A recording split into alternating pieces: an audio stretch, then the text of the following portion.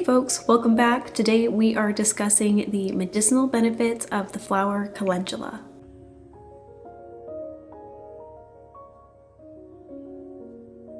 So if you are new to the world of herbal medicine, calendula is a wonderful place to start your journey. The raw flowers and leaves of calendula are safe to eat. In fact, many cultures use it as a garnish, either in rice dishes or in salads. You can also use calendula in teas or tinctures, as infused oils or salves. But what I love most about calendula is what it does for overall health, especially skin health. So today we are going to talk about the ways calendula can improve your overall health through its detoxifying actions and through its skin healing properties. Let's get started. Calendula is a lovely annual or perennial flower, depending on where you live. I live in Maine, and my particular area is Zone 4B.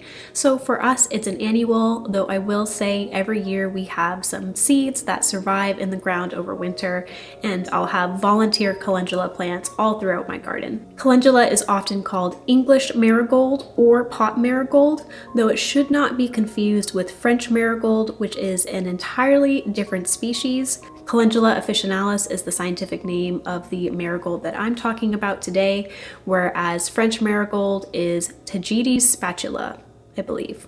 French marigold is a lovely ornamental, but its medicinal properties may be different from the calendula we're talking about today, so just something to keep in mind. Calendula flowers typically range in colors from yellowish to reddish orange, though there are some cultivars that will have pinkish and purplish hues. This is a plant that's native to the Mediterranean, but it actually does well in hot and cold climates. In fact, here it's late October and we just had our first frost, and there are still calendula flowers blooming outside. Calendula makes a lovely ornamental that does well in pots or directly in the ground. So if you live in an apartment, you can grow this on your porch, or if you do have access to a front yard or backyard, you can grow this directly in the ground. Now let's get into how calendula is used as a medicine. Calendula is an astringent. It's antifungal, antibacterial, antiseptic, and anti-inflammatory. Most folks are familiar with using the flowers and petals in edible arrangements, though you should know that most of the beneficial constituents found in calendula, especially the ones that are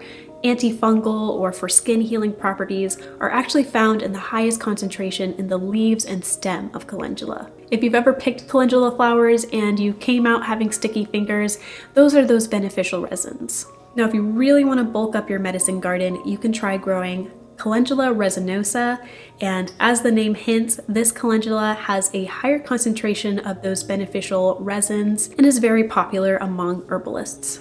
Calendula can be used both internally and externally. We're going to start with its internal uses and talk about how it can improve overall health and remove toxins from the body. Then we'll talk about how it can be used topically for a variety of skin ailments. Like I said before, calendula is anti-inflammatory. It also contains bitters, which are constituents that signal to the body to produce more digestive enzymes. The more digestive enzymes you have present in your gut, the better you're going to process food, the more nutrients you're going to be able to get out of those foods, and you'll find that you have less digestive stress like bloating. Calendula taken as a tea or tincture will help to promote the healing of the stomach lining and reduce the size of stomach ulcers. Now, for those of you who are new to herbal medicine or proper diet and nutrition, gut health is really where it all begins. If you can restore your gut health, you will see vast improvements to your overall health. So this can include healthier skin, hair, and nails. You'll have more energy, and it can even do amazing things for your mood.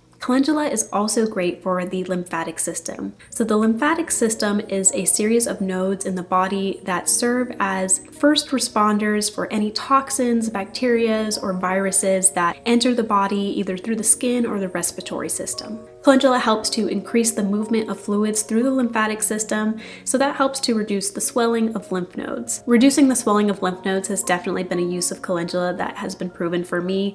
I often get sporadically swollen lymph nodes in my neck due to a reoccurring cat allergy.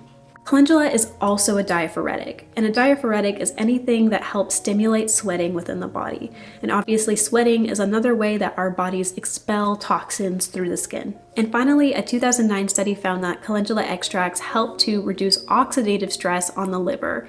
And your liver is a blood detoxifier, so having a healthy, toned, functioning liver is going to reduce the amount of toxins that get into our bloodstream and travel to other vital organs within the body. So in review, taken internally, calendula can help to restore gut health, move fluids throughout the lymphatic system, induce sweating, and also tone the liver. These are all amazing detoxifying actions found in just one plant. For its gut healing actions, I would recommend creating a tea blend that includes calendula, dandelion leaf, violet leaf, plantain, mint, and stinging nettle. Any combination of those herbs will create a tea that is great for restoring your gut lining and improving overall health. I also make an herbal detox blend that I take twice a month to help flush out excess hormones in my liver, and that includes calendula, dandelion root, and ginger, and this is something I take as a decoction. Now let's talk about how calendula can be used externally. Applied topically, the beneficial constituents in the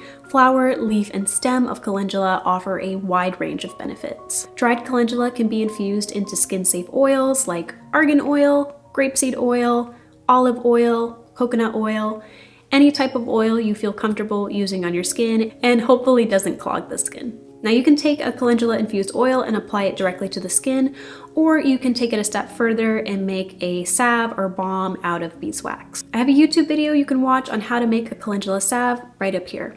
I make a batch of this calendula salve twice a year, and my husband loves using it to soften and moisturize his beard. Calendula is great for sensitive skin, so its antifungal, antiseptic, and antibacterial properties make it great for conditions like a baby's diaper rash, fungal infections like athlete's foot, and just in general for promoting skin healing. It's useful as an oil or a salve to apply to minor cuts and scrapes, even insect stings or acne. For promoting skin healing and preventing infection, calendula pairs well with other herbs like usnea, plantain, oregano oil, aloe vera, even chamomile. My favorite skin healing oil that I make at home is an infusion of calendula and usnea powder, and I use this in place of over-the-counter medications like Neosporin all the time, and personally I think it works way better, heals the skin faster, there's way less inflammation, and you don't have to deal with all of that petroleum.